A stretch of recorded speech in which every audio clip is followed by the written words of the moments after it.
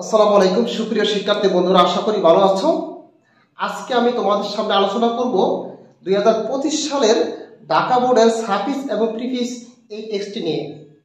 তো আমরা প্রথমে দেখি we should beer in mind, আমাদেরকে মনে রাখা উচিত যে habit is the second nature of human being, মানুষের দ্বিতীয় একটা স্বভাব হচ্ছে হ্যাবিট।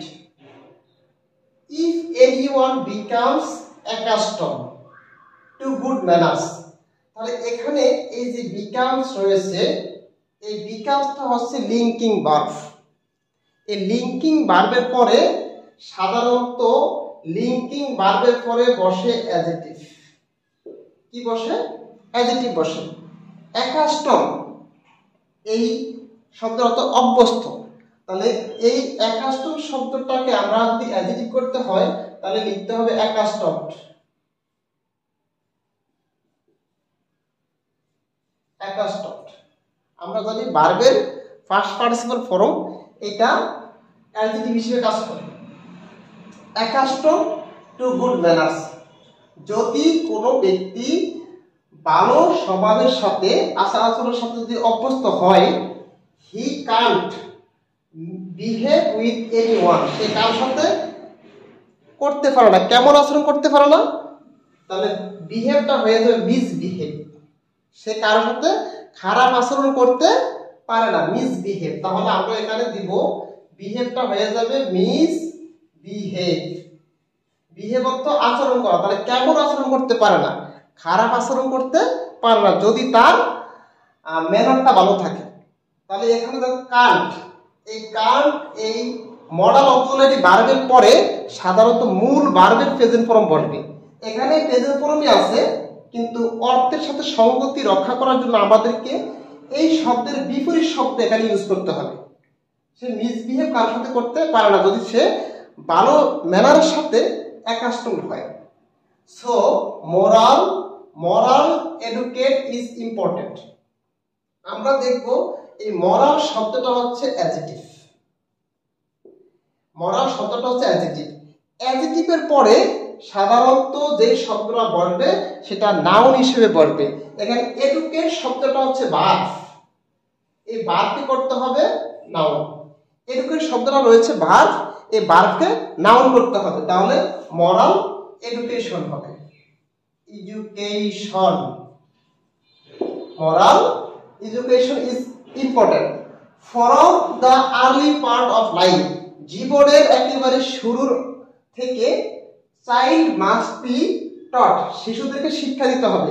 চাইল্ড এটা সিঙ্গুলার, এটা হচ্ছে সিঙ্গুলার নাউন, কিন্তু এখানে চাইল্ড একজন শিশু, কিন্তু আমরা এখানে বলবো যে জীবনের শুরু থেকে শিশুদেরকে অবশ্যই শিক্ষা দিতে হবে, শিশুদেরকে, তার মানে প্লুরাল করতে হবে।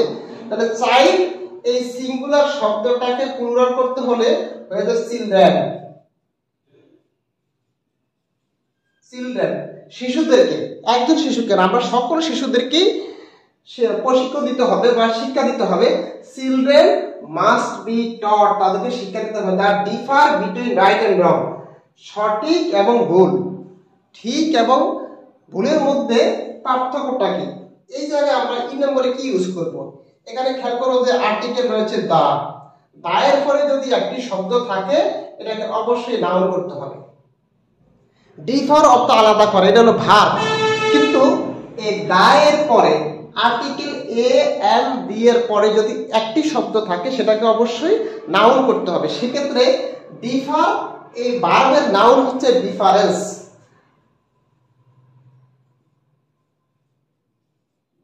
ডিফারেন্স, তাহলে আমাদেরকে এই যে আর্টিকেল দা রয়েছে, দায়ের পরে আমরা এটাকে নাউন করব, ভার্বটাকে এখানে নাউন করতে হবে। The difference between right and wrong and train to follow what is right and what is wrong, তাদেরকে প্রশিক্ষণ দিতে হবে যে সঠিক এবং ভুল কোনটা, এর মধ্যে পার্থক্য শিখাইতে হবে এবং এটাকে ফলো করতে আমরা তাকে প্রশিক্ষণ দেব, সঠিকটাকে ফলো করা। হিয়ার ট্রেন মিন্স, এই মিন শব্দটা হচ্ছে ভার্ব। ভার্বের আগে এই যে এটা হচ্ছে সাবজেক্ট, সাবজেক্টটা সবসময় নাউন হয়, সাবজেক্টটা কি হয়, সবসময় নাউন হয়, কিন্তু ট্রেন শব্দটা আছে ভার্বে। এই ভার্ব শব্দটাকে আমাদেরকে নাউন করতে হবে। তাহলে training, training, here training means the form of habit on right lines। তাহলে এখানে যে আমাদের ফর্ম আছে এটা আছে ভার্বে, ফর্ম কত গঠন করা, এটা হচ্ছে ভার্বে। কিন্তু আমরা যখন দেখব যে এই যে এখানে আর্টিকেল দা রয়েছে, এরপরে একটি শব্দ থাকলে সেটাকে আমরা নাউন করব। তাহলে দা ফরমেশন অফ হ্যাবিট, এখানে ফর্মটা হয়ে যাবে ফরমেশন। এই ফর্মের নাউন হচ্ছে ফরমেশন, এই ফর্ম শব্দটা নাউন হয়ে যাবে formation of habit on right lines, সঠিক লাইনে সঠিক পথে তাদেরকে ট্রেনিং করতে হবে, ট্রেনিংটা দেওয়ার জন্য গঠন করতে হবে। ট্রেনিং মিন্স, এখানে ট্রেনিং শব্দের অর্থ হচ্ছে ফরমেশন অফ হ্যাবিট, অভ্যাসের গঠন, অন রাইট লাইন, সঠিক পথে অভ্যাসটাকে আমরা গঠন করতে হবে। It is every parents responsible to teach their children moral lesson at home, বাসায় প্রত্যেকটা শিশুকে নৈতিক চরিত্র শিক্ষা দেয়া আর নৈতিক পাঠ শিক্ষা দেওয়া তাদের পিতামাতার দায়িত্ব। এই ক্ষেত্রে আমরা যে অ্যাপোস্ট্রফি এস রয়েছে, অ্যাপোস্ট্রফি এস এর পরে সবসময় নাউন হবে, অ্যাপোস্ট্রফি এস এর পরে সবসময় নাউন হবে। রেসপন্সিবল শব্দটা রয়েছে অ্যাডজেক্টিভে, এটাকে আমরা নাউন বানাইতে হবে রেসপন্সিবিলিটি। তাহলে এখানে হয়ে যাবে রেসপন্সিবিলিটি। তাহলে রেসপন্সিবল শব্দটা হয়ে যাবে নাউন, কারণ অ্যাপোস্ট্রফি এস এর পরে সবসময় পরের শব্দ নাউন হবে। তাহলে আমরা খেয়াল করবো রেসপন্সিবল শব্দটা রয়েছে অ্যাডজেক্টিভে, এটাকে নাউন বানাতে হবে। To teach their children moral lesson at home, বাসায় তাদেরকে নৈতিক আর শিক্ষার যে পাঠ এটা দিতে হবে।